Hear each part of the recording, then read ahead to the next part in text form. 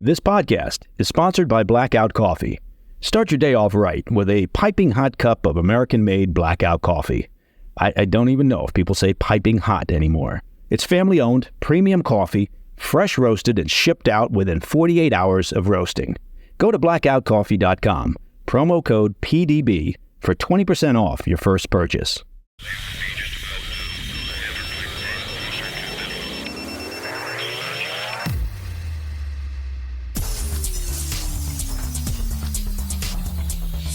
It's Wednesday, January 17th.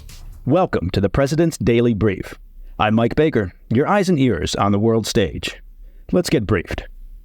First, an update on the war in Gaza as the Israeli government begins signaling that operations in the southern part of the Palestinian enclave are nearing an end, and divisions begin to emerge inside Prime Minister Netanyahu's war cabinet.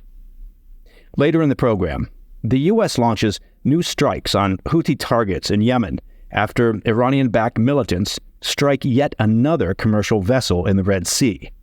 Plus, North Korean dictator Kim Jong Un announces a major change to his nation's constitution, eliminating the idea of reunification with South Korea. 2024 is kicking off in a turbulent fashion. Finally, in today's Back of the Brief, leaked war plans published in Germany suggest that Europe is preparing for Russia to expand its war in Ukraine and attack NATO countries, potentially setting off a third world war. Did I mention 2024 is already looking like we should just put it away and skip ahead to 2025? But first up, the PDB spotlight. Israeli Defense Minister Yoav Gallant is signaling that Israeli defense forces are preparing to de-escalate their military operations in the southern Gaza Strip. This would be similar to the recent drawdown in northern Gaza, which Israeli forces now feel they've brought under control. The defense minister didn't give many details on the withdrawal timelines for troops and equipment, but made it clear that a ceasefire is still not on the table. Instead, he emphasized that the continuation of military pressure on Hamas is a strategic measure to ensure the release of over 100 hostages. Gallant also declared that the offensive against Hamas leadership would persist, labeling them as the, quote, head of the snake, with several key figures believed to be in Khan Yunis in southern Gaza. Meanwhile, as things appear to be winding down on Israel's southern border, tensions are escalating along Israel's northern frontier. In response to an anti-tank missile strike from Lebanon that resulted in Israeli civilian deaths, the IDF carried out extensive strikes in the Wadi Saluki area of southern Lebanon, targeting Hezbollah's military infrastructure. These strikes, involving fighter jets and artillery, penetrated deeper into Lebanese territory than usual. Now, on Israel's political front, which is obviously important to watch, discord appears to be surfacing within the country's war cabinet. Reports from the Wall Street Journal suggest a public rift is growing between Prime Minister Netanyahu and Defense Minister Gallant on at least two critical issues: the potential for negotiations to resolve the conflict and release hostages, and the future governance of Gaza. The defense minister has openly advocated for Palestinian self-governance and the establishment of a multinational task force, including U.S., European, and Middle Eastern partners, to oversee the reconstruction of Gaza. However, Netanyahu has yet to propose a post-war governance plan for Gaza and continues to oppose any scenario that would put the Palestinian Authority in a position of governance in Gaza. All right, coming up after the break, U.S. officials are confirming new strikes on Houthi militants, hitting a cache of the Yemen-based group's anti-ship missiles. Then later, North Korea announces a major shift in policy, saying it will no longer seek reunification with the South. I'll be right back. Welcome back. The U.S. carried out a fresh wave of strikes on Tuesday against the Iranian-sponsored Houthi militants in Yemen as the group continues their attacks on shipping vessels in the Red Sea. Officials with the U.S. Central Command said they successfully destroyed 4 Houthi anti-ship ballistic missiles that were being prepared for launch from Houthi-controlled areas of Yemen. It was the third offensive strike by the U.S. against Houthi militants in Yemen since January 11th, and came after officials determined the missiles posed an imminent risk to U.S. Navy ships and merchant vessels in the region, according to Reuters. The strike indicates that the U.S. has radically shifted its posture towards the Iranian proxy group in Yemen and will now proactively target Houthi military threats as they emerge. As we've been discussing on the PDB, Houthi attacks in the Red Sea have continued despite the U.S. and Britain's aerial bombardment of Houthi-controlled parts of Yemen just this last Thursday and Friday. On Monday, Houthi militants struck a U.S.-owned container ship with an anti-ship ballistic missile in the first successful attack by the Houthis on a U.S. maritime asset. And that followed an attempted strike on the Navy destroyer USS Laboon on Sunday, which was thwarted by U.S. fighter aircraft. The Houthis struck again on Tuesday, successfully hitting the Greek-owned bulk carrier Zographia, which was heading to Israel from Vietnam, causing minor damage. The ship was reportedly empty of cargo at the time, and the 24-man crew was unharmed. The relentless attacks continue to cause major disruptions to the Red Sea shipping channel, which accounts for roughly 15% of all global shipping traffic. The Wall Street Journal exclusively reported on Tuesday that oil giant Shell would suspend all of its shipments through the Red Sea indefinitely. Now, the U.S. is making some progress, however, in their efforts to disrupt the flow of weapons from the Iranian regime to their proxy group, the Houthi militants.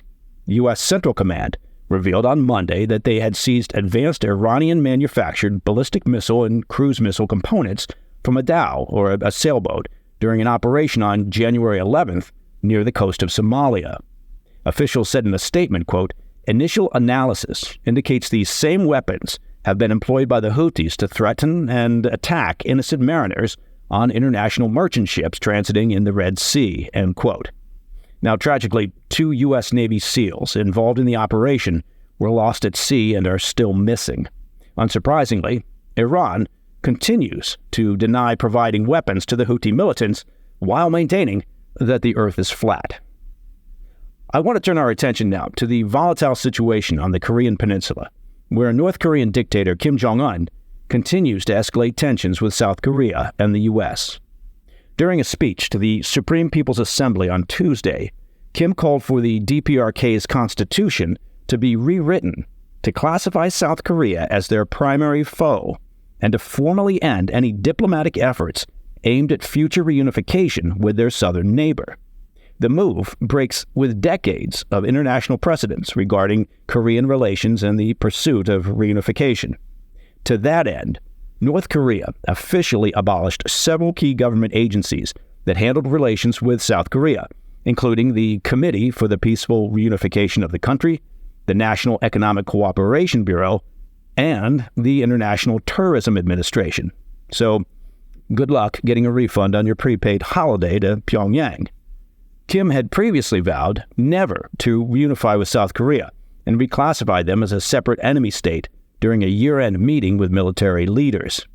He claims that South Korea, with the backing of the U.S., of course, is seeking to destabilize and ultimately collapse the North Korean regime in order to pursue reunification by absorption.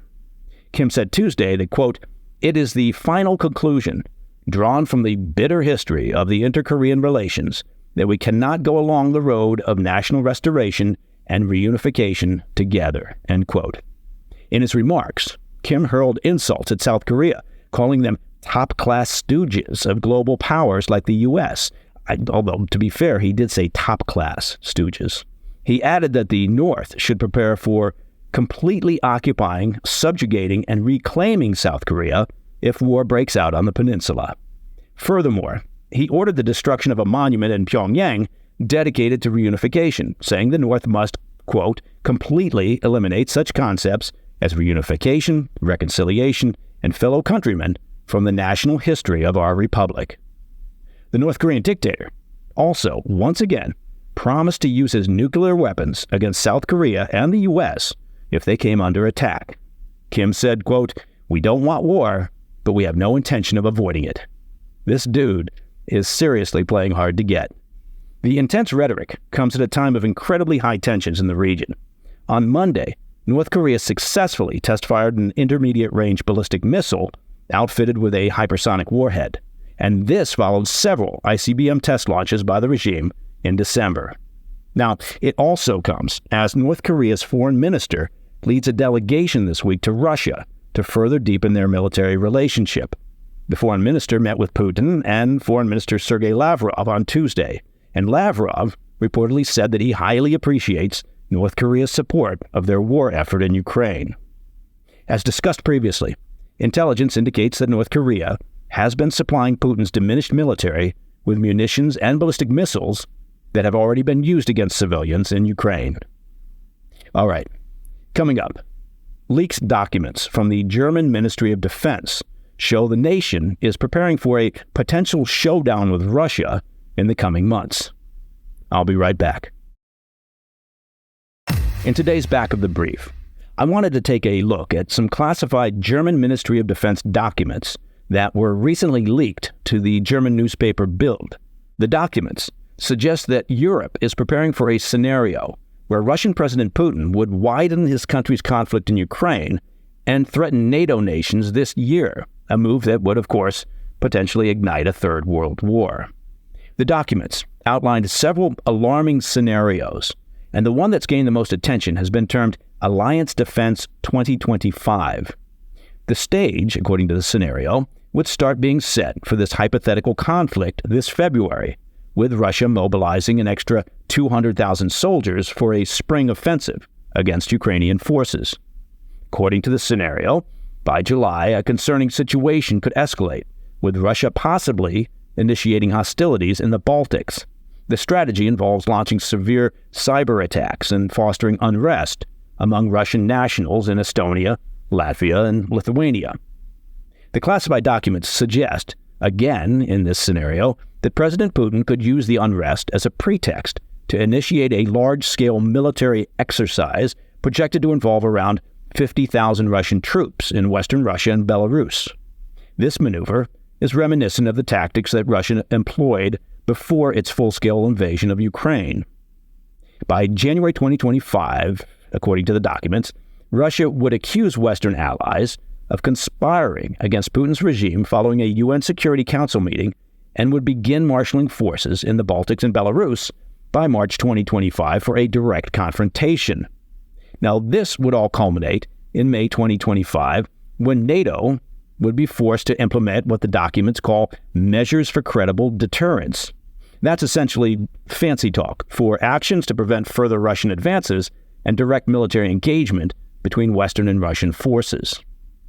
Now, officials from the German Defense Ministry have refrained from commenting on the specific scenarios described in the document, and in a dismissive response, Moscow has labeled the concerns highlighted in the leaked documents as complete nonsense. And that, my friends, is the President's Daily Brief for Wednesday, 17 January. If you have any questions or comments, please reach out to me at pdb@thefirsttv.com. I'm Mike Baker. I'll be back later today with the PDB Afternoon Bulletin. Until then, stay informed, stay safe, stay cool.